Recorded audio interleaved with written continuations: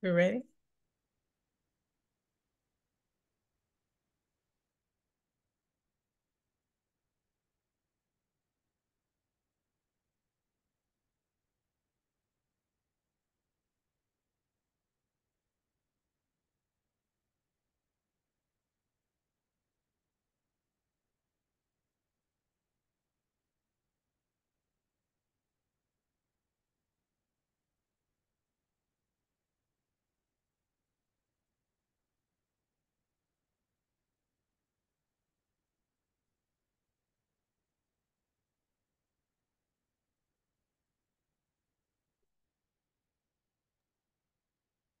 All right, I think we're ready whenever you are. Okay. Good evening, everyone. Welcome to Make It Make Sense, a webinar to examine Proposal 1 that will be on the November 5th ballot. I'm Dr. Donna Harris. I am the Upstate New York Social Action Coordinator of Delta Sigma Theta Sorority Incorporated, a nonpartisan organization founded in 1913 at Howard University. Our focus is on sisterhood, scholarship service, and social action. There are 12 chapters of our organization in upstate New York, and we are partnering with the League of Women Voters New York for the third year to discuss a ballot proposition. Our goal is for New Yorkers to flip the ballot and to understand the issues and to make an informed decision. And so this event, we have some panelists that Erica Smitka, the executive director of the League of Women Voters, will introduce, but I just want to formally thank Erica for her partnership over these 3 years to do the work to inform our communities about key policy issues. Thank you so much, Donna. It's really been a joy working with you and working with Delta Sigma Theta over the past 3 years. Exactly as you said, we really want to make sure we're able to educate all voters before they get to the polls. My name is Erica Smitka. I'm the executive director of the League of Women Voters of New York State. But I want to jump right into it. We're really happy and lucky to be joined by two great panelists tonight to talk about Prop 1, which every single New Yorker will have the opportunity to vote on the back of their ballot on November 5th or earlier. Tonight we'll be joined by Naomi Young, who is a Law and Policy Associate at the Equal Rights Amendment Project at Columbia Law School's Center for Gender and Sexuality Law. Previously, she worked as a senior staff attorney managing the Financial Freedom Project at Her Justice, where she started as an Equal Justice Works Fellow. Welcome, Naomi. Thank you for joining us. We'll also be joined this evening by Kim Pendina, Rochester National Organization for Women president. Kim says that the Sisterhood of Now drew her in about 10 years ago. The national name recognition of the organization allows their local chapter to be heard and not just a voice speaking into the void. Thank you so much for joining us, Kim. Welcome to you both. And with that, I will hand it over to our panelists to take us away. So cool. Go ahead, Naomi, if you want to kick us off.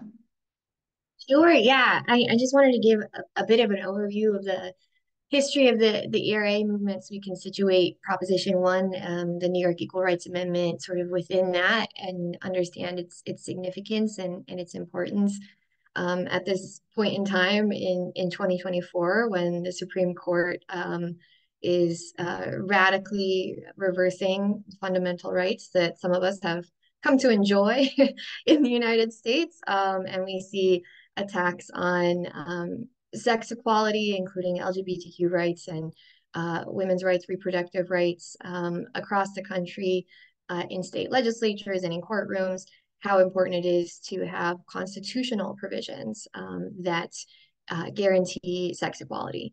So Prop 1 on the back of the ballot this fall.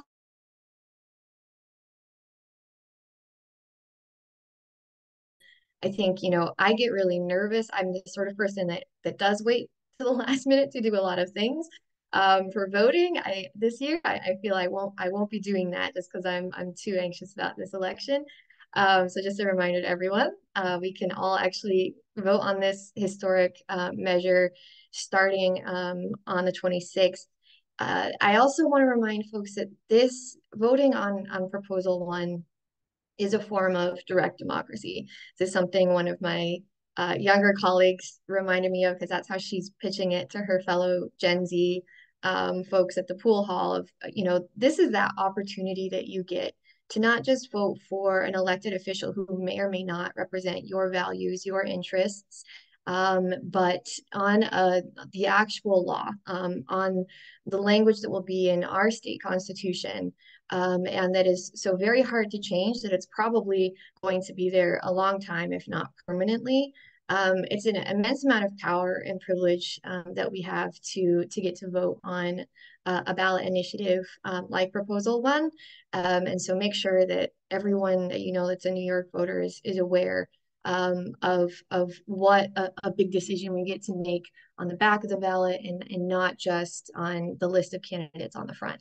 The Equal Rights Amendment movement started, over 100 years ago. I think for those who have heard of it, we associate that with the Federal Equal Rights Amendment that was authored by very famous feminist suffragists named Alice Paul and Crystal Eastman. These were also people that had led the movement for the 19th Amendment, and secured language in the Constitution that prohibited discrimination on the basis of sex when it came to the right to vote. Obviously, we didn't actually see equality in voting for Black women until the Voting Rights Act in the 60s. And it's a reminder that, it's a long march to equality, to freedoms, to individual liberties. And it's something that we can't take for granted just because we have language in our Constitution that says so. That said, that was the only part of the Constitution that mentions sex at all. Our Constitution is the oldest working Constitution in the world. We've obviously changed it very little since the people who originally drafted it made a lot of decisions for the rest of us without imagining, that the law ought to protect or preserve liberties for anyone who wasn't a white landowning man. We've got a process for amending the Constitution. Amend means to make right. And that's because the structure of this government is supposed to be, democratic. That process is fairly difficult. So we've only amended the Constitution 28 times. The 28th time here, I would argue, is the Equal Rights Amendment. It's not recognized as part of the Constitution due to a sort of complicated legal and political history in the US. So when it was authored by Alice Paul and Crystal Newman and championed by a diverse group of feminists after they secured the right to vote, it was reintroduced in Congress every single session for about 50 years until it was finally passed by a bipartisan supermajority in both houses of Congress in 1972. Took that long to get Congress to pass it. I can't imagine, though, our current Congress having any sort of bipartisan supermajority on any issue that had to do with equality at this point in history, though. So this was a remarkable feat that happened. This was, during the second wave feminism, height of the women's movement. And what we see in history at that point is a massive amount of backlash to the women's rights movement and in organized opposition to a progress that many found frightening. And so we had a very successful opposition rise that stopped the ratification process, which is the second process for amending the Constitution after Congress approved it. And stopped ratifications 3 states short of the 38 required to ratify it. I'll just fast forward to say in 2020, the 38th and final state needed to ratify the ERA was Virginia, and it did so because of the current moment in history that we see. Nevada, Illinois, and Virginia decided to revive the Equal Rights Amendment ratification process because of the current events that we saw ourselves facing, the election of Donald Trump, the Me Too movement, just a new moment in history where we realized there was an existential threat to rights that we'd taken for granted, and a revived hope that we could make improvements on things that had never changed in the first place. So we see, you know, the ERA movement having been revived at the federal level. Opposition to it is as strong as it was in the 1970s. And now they have sort of legal arguments around the deadline or timeline set by Congress in the 70s having passed before the final states ratified it. Things that we think are resolvable in Congress. And there is, in fact, a couple pieces of legislation in Congress pending right now to do just that. You know, possible avenues of action for the president as well. So things to think about. The reason I'm talking about the federal Equal Rights Amendment movement in the context of our state election is because we've got a New York ERA movement that is very much in line with that history of the federal ERA, and also because what we decide in New York has massive rippling effects across the country. And I think that's really important to understand. As Nevada revived the federal ERA movement by ratifying it in 2017, it also did something really radical, and it decided to amend its own constitution. I was just in Nevada last month because there's an incredible group of advocates there who are responsible for this revival movement across the country, in my opinion. And they passed an incredible Equal Rights Amendment in 2022. Voters approved it.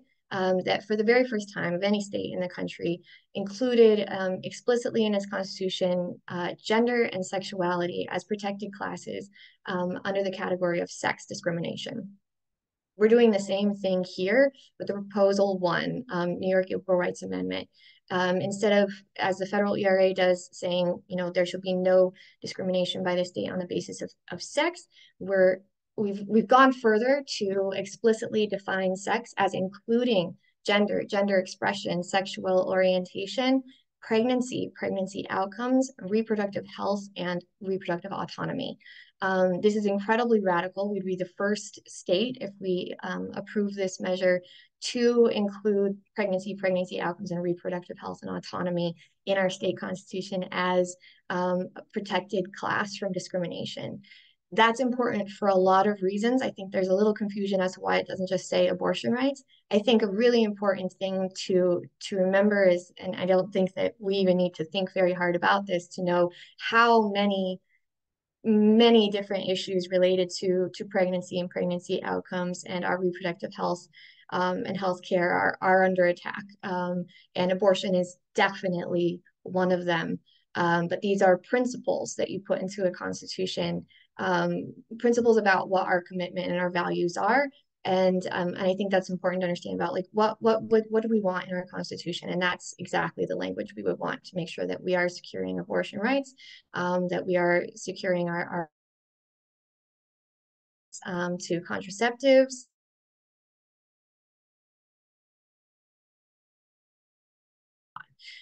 It not only adds sex in these categories to the Constitution, but right now, and this is called our Bill of Rights in the New York Constitution, that protects against discrimination against race and religion. So those are the categories that are already considered to be within our Bill of Rights. We'll have this expanded definition of sex in addition to disability, to nationality, immigration status. You know, the intention of the legislature here, and they made it explicit in their memo. And the reason I bring up the intent is this is what judges look at in the future to know how to interpret this language.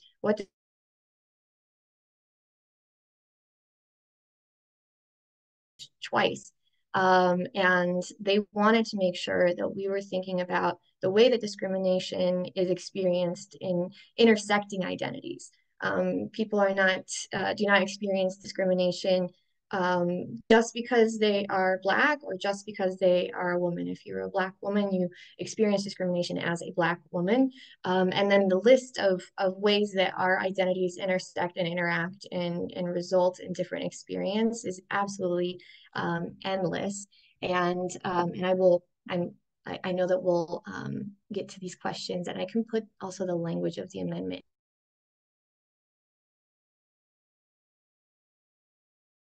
Understanding that this was the intention of the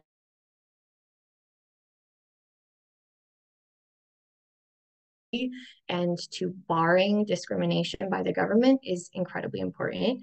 I have a lot to say, but I want to give it over to Kim, and then I'll answer more questions. But I wanted to say this is our chance in New York to really define what sex equality, what equality based on all of these classes means and looks like for the rest of the country.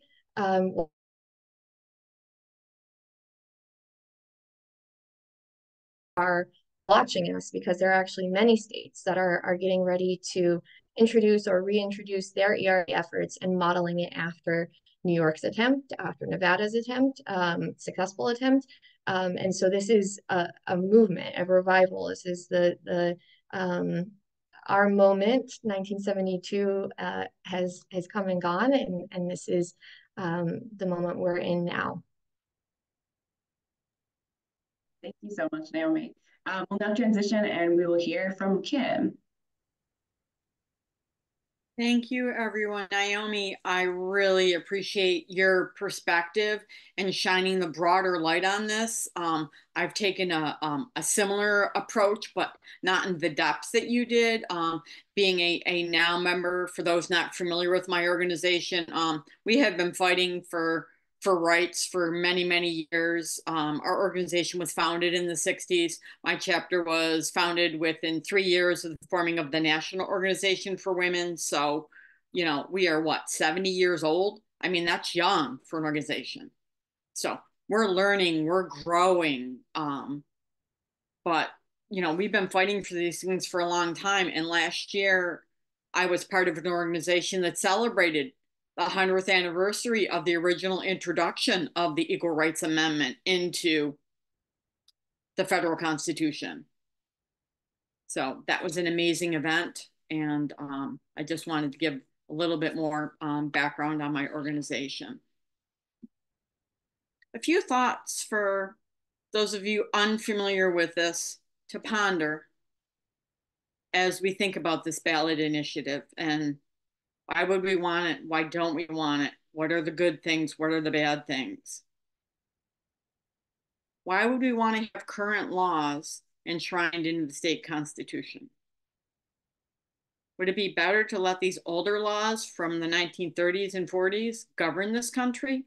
Think back to where we were in the 1930s, the 1940s, the 1950s. Do we like what our country looked like then?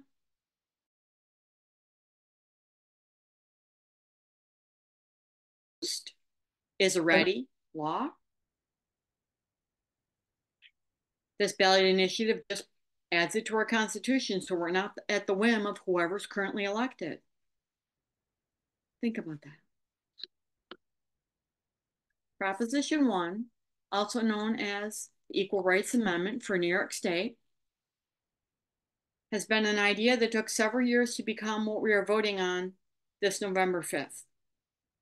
The protections and freedoms we have that prevent discrimination by the government today are things we would like to believe will be here for the next generation. A yes vote on this proposition will secure this for our children and grandchildren. We now had thought Roe versus Wade was the floor until the Supreme Court took that away from us on a federal level.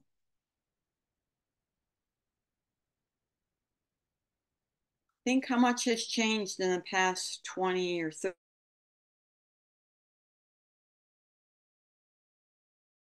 Beneficial to the quality of life we have today? Would we prefer to go back to using some of these older treatments that have not been successful?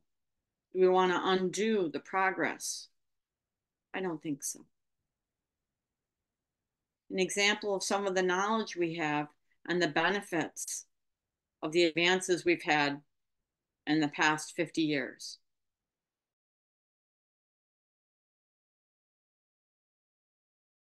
Lead poisoning prevention, reproductive planning, and prenatal care, just to name a few. Yes, I'm taking a step way back from the constitutional amendment. What we are talking about today gives you a better idea how it will help us to better care for ourselves by protecting the freedoms we have as per our current laws in our wonderful state of New York. This Equal Rights Amendment writes into the New York State Constitution those laws passed by our elected representatives.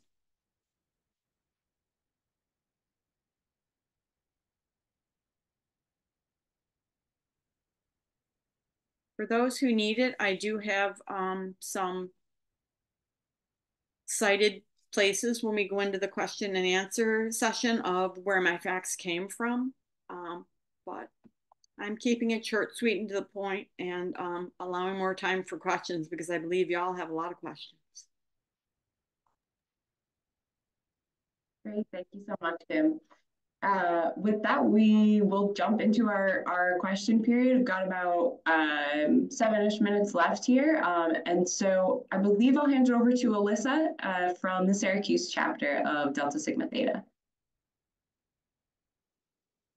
Good evening, everyone. Now's a good time to put questions in the chat if you have them. I believe the first question that we had in the chat was a question around homelessness and whether homelessness is also included in the amendment. It's a great question. It's not explicitly among the categories. I copied and pasted the original language, not the translated language in plain language that you'll see on your ballot, but I linked to what that will look like on your ballot as well. The categories that are being added to the Constitution are ethnicity, national origin, age, disability, and sex, that expanded definition that we talked about. I appreciate this question. I think something that we should be thinking about is the way that discrimination based on any of those in the common law world we call protected classes that I just listed have to do with the crisis of homelessness in this country. And where we could be doing better to ensure equality. I think that's something that we should understand, especially if you do read the language of the actual Constitution of Section 11. It can be a little confusing because it does seem as though it applies to discrimination committed by sort of any entity, really. But the way that courts have interpreted Section 11 of the Constitution, which is the part that we're amending with this vote, is that it only applies to government action. Government action is something that is in itself something that we have to define and can argue about in court as to what it is that the government is doing that constitutes discrimination. But I think what's exciting about a constitutional provision that states our commitment as a state to equality is that it serves as a foundation for thinking about policies that we need to build off of this. The thing about New York is that we do have a lot of very, very good laws. I know one of the questions that Donna just put in the chat has to do with what is the difference between this and the New York human rights law. As some of you may know, we have a right to shelter in New York. It's really unusual for a state or a city to have something like that. The way that we've implemented that is something that we need to continue to think about, work on, and do better. A constitutional provision is far more permanent than any of the statutory laws. The incredible civil rights, human rights at both the state and local levels that we have in New York, which are in many ways kind of set a standard for other parts of the country because they are super progressive. What we know, though, is that New York is a place where political winds change pretty drastically. I think because of the makeup of the legislature right now, because of many of the policies that we do have, we think of this as a very progressive state. And, you know, those of us who have a little bit of knowledge of the history, which is probably all of you, know that it's not always been the case. New York criminalized abortion until 2019, when the legislature repealed that archaic law. We came very close to electing an anti-abortion governor just a few years ago. And we were the last state in the country to adopt a no-fault divorce law. So in many ways, we can be a bit slow. What having equality in the Constitution does is it makes sure that's a far more permanent commitment and prevents discrimination. But I would love to continue conversations about how, you know, different forms of discrimination are related to the crisis of homelessness in New York. Thank you, Naomi. Another question that we received is, can you help us understand the difference between Proposal 1 and the current language in the human rights law, the New York State human rights law?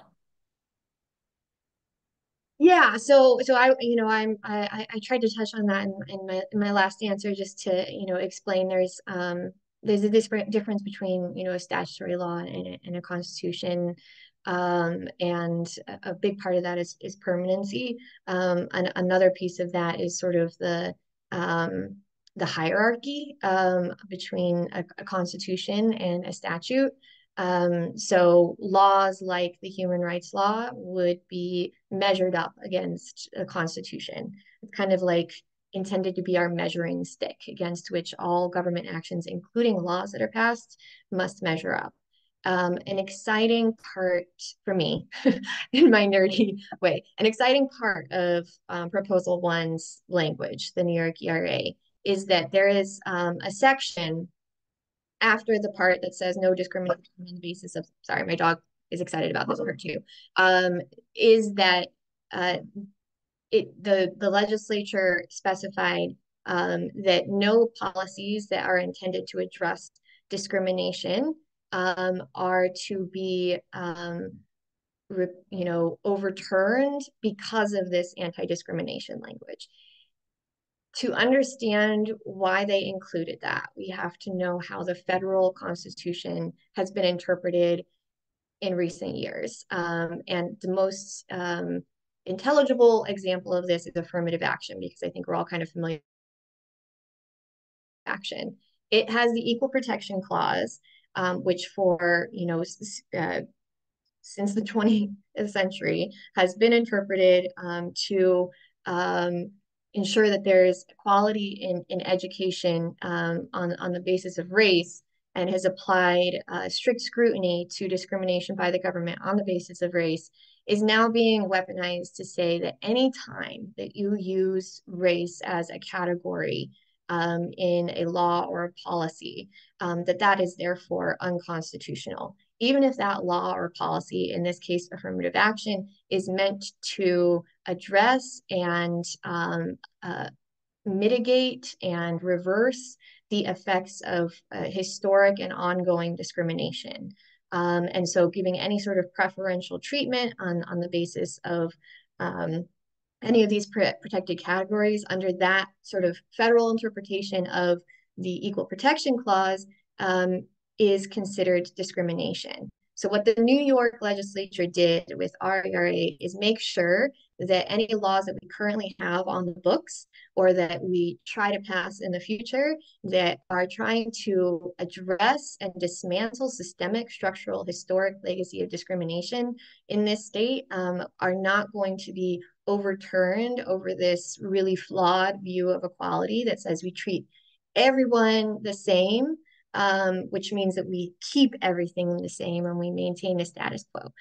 So I think the relationship between the New York Human Rights Law and Proposal 1 is really one of this is sort of the Proposal 1's undergirding the really strong human rights laws that we have in New York already. Oh, and sorry, the other difference between them is, like I said, proposal one is about government action. It's no discrimination by government. The New York Human Rights Law is actually about prohibits discrimination in public accommodations and in more of the private sphere and like housing, et cetera. So that's very, very important because we do have those protections in New York, and that's not what the language of the Constitution per, prohibits, but it certainly supports laws like the Human Rights Law. Thank you for that clarification. Another question that we have in the chat is related to misinformation. What is the best way to combat misinformation about Prop 1, including statements about the effects it will have on girls' sports? I want to, give Kim a chance to answer as well, but I think, I was going to say I've got a statement on this, and it's backed up by the New York City. I'm bad with names. Hold on, let me get you the full name of them. New York City Bar Association, the fact sheet that they released. And sports are protected by Title IX. Nothing in this proposition will change the way sports are currently governed. It will also not change the way parental rights are currently guaranteed. And I'm sure Naomi can state where those are guaranteed, because I'm sure they're guaranteed in many, many places in our state and on a federal level. But that those are the two big things that I've seen out there. And this isn't going to change that. This basically is taking the law we have and putting it in the Constitution. It's not changing anything. It's not changing a law. It's just changing where it is stated and how long it's good for, because constitutional amendments are a lot more difficult than changing a law. Yeah, I agree with that completely. I think, I've seen, other colleagues making this point as well. It's a ridiculous amount of transphobic fear mongering that's happening around the state, and one of the things that makes it ridiculous, aside from the obvious hate that is fueling it, is that trans kids are already allowed to play in sports in New York, just as Kim said, and so they have been for a while now, and nothing terrible has happened. Kids are playing sports as they should. If they want to, they should play, and everybody should get a chance to play, and they already have. In fact, the New York Civil Liberties Union currently has a lawsuit pending in Long Island around this issue of Long Island local government trying to bar trans kids from playing sports. And the New York area isn't currently part of the Constitution, so they're arguing that case based on the laws that we already have in New York. I think there's a lot of misinformation aside from trans kids playing in sports. It's really focused around transphobic arguments. And you'll see, the Coalition to Protect Kids using this rhetoric around parental rights. I know that a lot of my colleagues are being, disciplined and mature about not making the opposition's speaking points for them. But I think we are all seeing them in the news anyway. So I want to just give you all some perspective on and also how you can talk to people about this, because this is a fair amount of misinformation, is that when you hear arguments like oh, this is undermining parental rights, this is old news. This is a very old playbook, dog whistle. I'm using a lot of metaphors, but this is an argument that white parents invoked in the 60s after Brown versus Board of Education. White parents organized to say, we don't want our kids bused to other schools, and as parents, we have a right to decide that our kids are not going to be in integrated schools. And so this was, a way to oppose equality, and it always has been. We have parental rights, much like we already have laws that protect the rights of kids to play in sports. Their parental rights are secured in our understanding of federal constitutional law. They're secured in New York law. Those aren't changing because of the New York ERA. It does nothing to them except, I would say, strengthen parental rights. Because if we think about what is a threat to parental rights in New York State and probably the rest of the country as well, the parental rights of Black and Brown parents who are over-policed by ACS, by Child Protective Services around the state in a way that is definitely discriminatory. And if we have, a constitution that bars discrimination on the basis of sex, disability, and race, all of which are, intersecting issues that affect parents every single day in the state of New York, then that protects parental rights, in my opinion. So I think, there's a lot of ways that we can add nuance and address that misinformation. Thanks so much. I'm going to jump in just to let folks know. I know that we're already over time, and I want to be really respectful of everyone's time as well as the time of our panelists. So we're going to take one more question from Alyssa, or that Alyssa will take from the chat, and then we'll wrap up. But this recording will be available, and we can also get folks additional answers to the questions that you posted in the chat at a later date. All right, sorry, Alyssa, go ahead. No, thank you, Erica. So I'm going to make this last question kind of a combination question. So what next steps should we take for advancing women's rights in New York State if the Prop 1 does pass? And what do we need to do if it does not pass?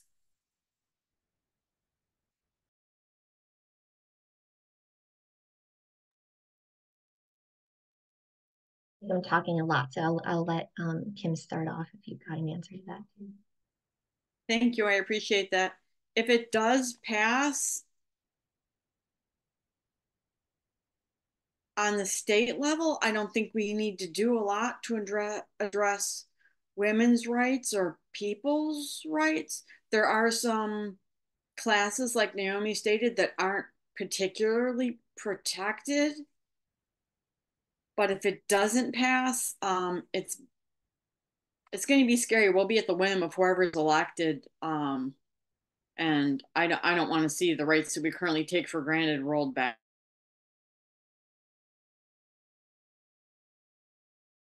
IVF for those who want to use it for family planning. To let you know how big of a thing this is in our country, April 2024, Pew Research, one of the national research companies, found 42% of adults in the United States have had or know someone who has had infertility treatments. 42%. That's 2 in 5 people.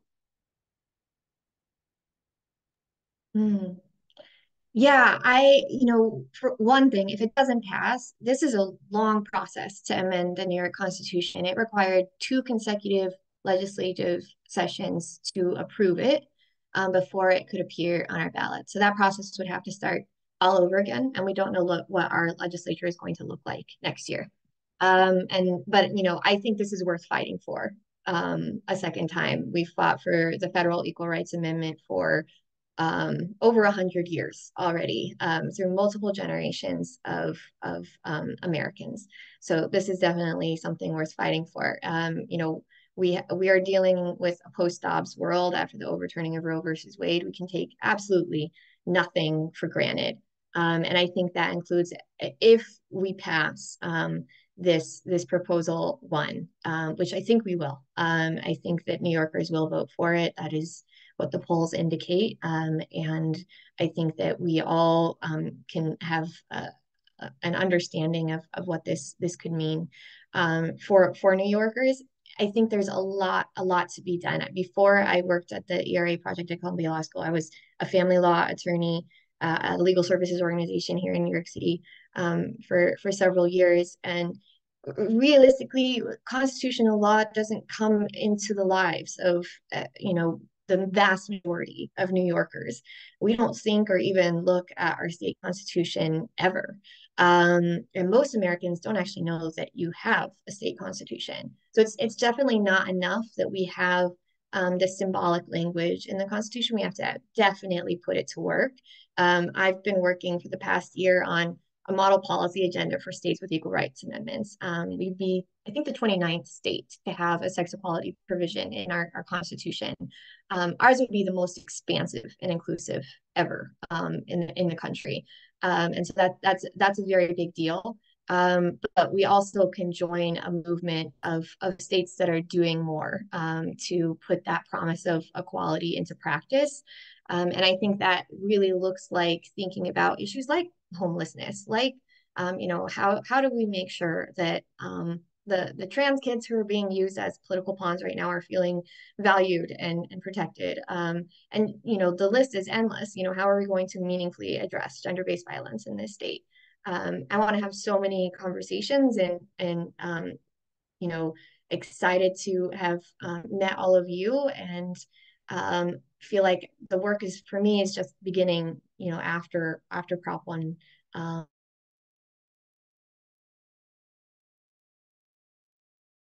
And just like watch that space, share our explainer with your friends if they feel that they need a little bit more information on Proposal 1 before they vote for it or against it.